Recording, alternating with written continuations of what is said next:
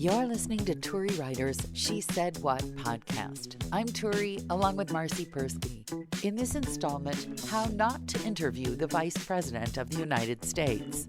Also, the thrift shop cat box. In my very earliest days of high school radio, I did a long interview with somebody who was appearing at the folk coffee house in town. And at the end of it, I realized my little tape recorder did not have working batteries. Oh, yeah, I've done that before, too. I remember the first time that happened to me. Yeah? Yep. What? It was, he was Dan Quayle. Oh, really? Yes. It was Dan Quayle. Did you let on that you had done this whole interview and that nothing had been recorded? I didn't realize it until I left. Better than opening up your thing and realizing that the tape hasn't moved. Yeah, no, I didn't check it until I left. Oh, boy. But luckily, I was doing it for print, and I remembered enough to be able to paraphrase a lot of it. Thank goodness. This was back in the old days when I had a younger brain, and I could remember what happened 5 years ago. Yeah, I remember being able to remember. Now there's little notes everywhere all over the house. Don't joke. I feel like if it weren't for Post-it notes, I would have given up long ago trying to do anything. But I do understand that I am not the only one employing the Post-it note technique. I actually rip out pieces of paper from a folder because the Post-it notes don't stick. Is that a function of being at 7,000 feet that you can't stick a Post-it note? I think it's a function of just zero humidity or something that they just fall down. And so I have big chunks of paper all over. And at least once or twice a month, I look around and I think, this is all evidence written in my own hand if I should ever be accused of anything. Of what exactly? Of forgetting stuff or what? What would you I don't know. Accused of? I just remember my mom telling me when I was a little kid, don't ever write anything down if you don't want people to read it. Oh, I am so with you. That and naked pictures. But I'll start with the writing anything down. I am so paranoid that when I write like Valentine's to my husband, I think, well, if I'm ever divorced, I write, love me. And that way I figure I have plausible deniability. Now, I've been married to this man for like 26 years. I still do not sign his birthday cards. Plus, if he doesn't know who's writing him the Valentine at this point, it's been a bad 26 years, and he should start leaving the Post-it notes around. And I do not understand why anybody lets anybody take a naked picture of herself or himself. Why would you do that? I'm so with you. I can't even look in the mirror at myself. Even when I was super hot looking, I forget it. My sister found a picture. A girlfriend of mine was applying to photography school. And she asked if she could take some pictures of me. And the most, what would be the word? It certainly wasn't X-rated. The most revealing picture. I'm wearing a shawl, like a black shawl. It covers all of my and black boots, but it's clear that that's probably all I'm wearing, even though it's covering more of me than your average swimming suit. My sister found this picture in a drawer somewhere, and she asked if she could have it, and I said, absolutely not. That's what a prude I am. Maybe you should put that on the internet. We'd get more listeners. Well, yeah, but I'd have to put a disclaimer on it. Is now years older. Now, whenever they have these flashback DJ days and people put up pictures of themselves, like guys who used to have hair, and I don't understand why you'd want to remind the world of who you used to be when you're not that thing anymore. I found my very first air check from 1970 something, and I just happened to have a cassette player laying around, so I popped it in, and literally it made me cry. I just thought, how bad was everybody else who applied for this job that I was the best? It was awful. Oh, man. It was awful. So I put it back in the 100-year-old jewelry box bottom drawer where I found it. I've decided that I should keep one souvenir per person. Like if I'm supposed to remember somebody, I don't need 50 things. I can have one thing. So even though I'm on this campaign to get rid of stuff, I'm still fighting the bigger battle not to let any more stuff sneak in. Well, even I volunteer at the little thrift store in Flagstaff. For the hospice. Yes. Yep, for the hospice. And I swear, it's volunteer, so we don't get paid. But every time Eve walks out with a truckload full of stuff, and some of it is good. She found a desk with a litter box built in underneath it. A litter box for a cat? For the cats. Underneath the desk, built in? Into it. That sounds horrible. No, it hides the litter box. Well, I mean, come on. You're going to look, here's my office with a toilet built into my chair. I don't think you don't so. know it's there. No, I don't. You don't know it's there. She keeps it clean. So there you are. You're working at your desk, and there's your cat taking a dump right as you're working at your desk. Oh, well, my cats are very modest. I'm sorry. That sounds terrible to me. My cat only takes a dump in the bathtub when we're gone. I just don't understand who got the idea of putting a litter box in your desk. What a terrible... Molly made a piece of furniture that has a litter box inside it too. Yeah, called a litter box. Well, it's hidden. It's hidden. That's fine, but it's not your desk. You're not supposed to sit there and write on your computer. Well, she can't sit. She can't. It's not a computer desk. It's just a little table thing. So what you're telling me is that she bought a useless table to get a free litter box. Pretty much. Well, the table has crap sitting on it, just like everything else. Right. So she's just cluttered up her space with a table she didn't need.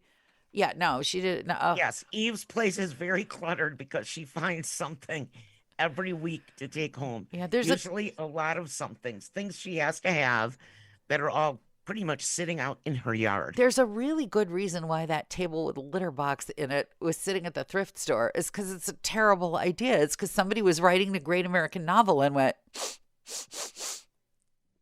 No, if you clean your litter box every day, you're not gonna smell it. Doesn't matter.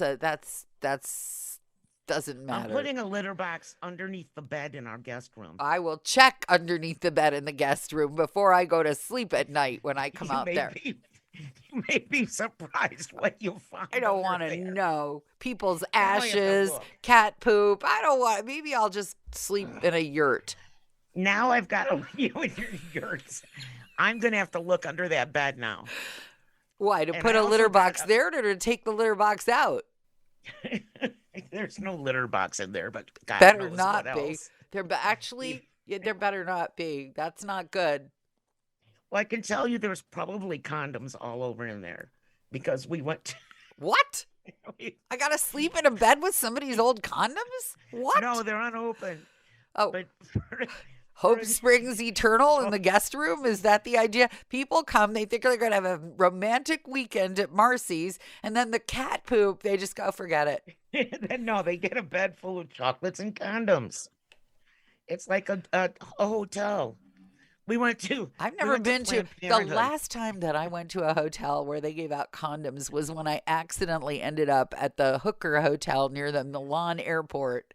The no-tell motel with a mirror on the ceiling. Exactly. And a big red bed. Smoky mirrors all over the... I was desperate for a place to sleep. And I never told you this? I decided that I was getting pretty good at Italian and I could make my way back from this lovely vacation that my friend had treated me to. And I had a rental car and I had a day. So I just looked at the map and picked a town that sounded interesting. And I get there. And this is a town where there is literally nothing. There are no shops. There are no restaurants. There are no hotels. There's some people's houses. I guess there must have been a post office. Finally, I thought, okay, fine, I give up. I'll look in the guidebook to see where I should go to stay and eat and rest. And it says, possibly the most boring town in all of Italy. So I got back in the car and I thought, screw this. I'm not paying to stay in the most boring town in all of Italy. I'll just drive all night and make my way to the airport. And the airport will be more interesting than this. So I drive to the Milan airport and it's dark and I get a little bit lost. And the first thing I do wrong is I turn off the road and I find that I am in a cemetery, which is where the working girls of Milan pick up customers.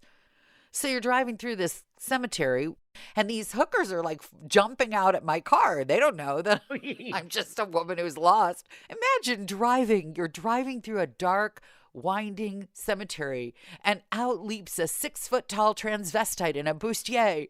By the time I got out of there, without, I'm pleased to report, having a woman actually get into my car and having to pay her for anything, I just drove in the first hotel that I saw, looked clean, looked pleasant, walked in, and I thought the decor was a little odd. It had a lot of mirrors, lots and lots of mirrors. I mean, a lot of mirrors. And a satiny bedspread that creeped me out, and a basket full of condoms. It didn't even have the hotel-size shampoos. It had like little packets, like what soy sauce comes in a Chinese restaurant, a little ketchup pack, just enough to clean off. I thought, okay, I can sleep anywhere. Is it clean? It was clean. I lay down in the bed, and then the racket started.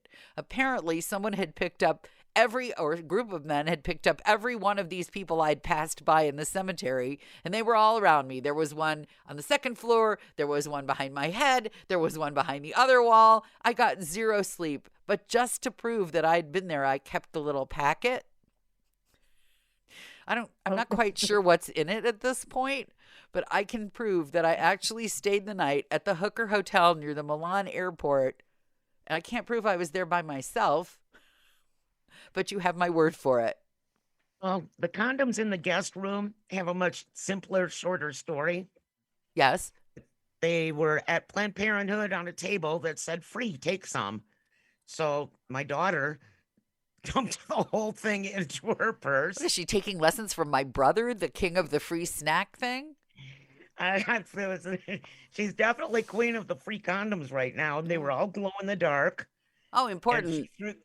She threw some over on Frankie's side on our bed to make him laugh, and dumped the rest of them into the guest room on the pillows, so that when our friend from Michigan came with his girlfriend, it would be safe. Good to know. And we're not talking about children either. We're talking about grown-up people that came to visit and found their bed full of condoms and chocolates. I'm not sure anymore that any of those things are good for me. Well, none of the condoms have been used, I can guarantee. I'm pleased to hear that, because it's going to be bad enough cleaning out the litter box. We're all too old. Speaking of going places with your husband, I finally figured out the one thing that's great about icy Chicago winters. The spousal unit has to walk next to me so I can hold on to him, so that when I fall, we both break limbs. Because normally he thinks he's from some kind of culture where the man walks 10 feet ahead of you all the time. It's just, I see couples walking hand in hand, and after all these years, it almost looks exotic to me. Look, people walk together. Look at that. Imagine that. Because I spend my whole time thinking, if I just stop now, he'll keep going. I've done this. I've just stopped walking to see how many blocks ahead of me he'll get before he figures out that I'm not there. He does the same thing just because he walks faster than I do. I have stumpy legs and I fall down a lot. But if I yell Frankie, he'll come back and walk with me. Well, the spousal unit will look at me and say, well, what? Why did you stop? And now, because I can't see because of the mask, my glasses fog up immediately. It's like a lighthouse now. Ice ahead, ice, ships ahoy. It's like that now. But at least I know that if we go down, we'll both go down at the same time, because I plan to bring him with me when I go. Well, Frankie has slowed down a lot since I crashed and burned in Denver a couple weeks ago, because he feels responsible that he wasn't holding my hand when that happened. Huh. So could anything have stopped next you? Week. Could anything have stopped you in your speed down the block face first? Anything? Probably not, but I'd like him to think that it could have, because okay. Just because I'm mean like that. Marriages are so different. Everybody's marriage is so different. Yep. I mean, all those people who think the last thing I would want would be to harm you as I'm plunging to my death. I think, no, I want you to be harmed as much as I'm harmed. And then we'll just hire somebody to take care of both of us. Yeah, see, we always need one survivor because we have a lot to do around here. Thanks for listening to Turi Ryder's She Said What podcast. If you'd like to do us a great favor, please leave us a good review wherever you hear this podcast. You can follow us on Instagram at Turi Ryder's She Said What. And you might also enjoy my book, She Said What? A Life on the Air, which you can find any place you buy your books or on Amazon.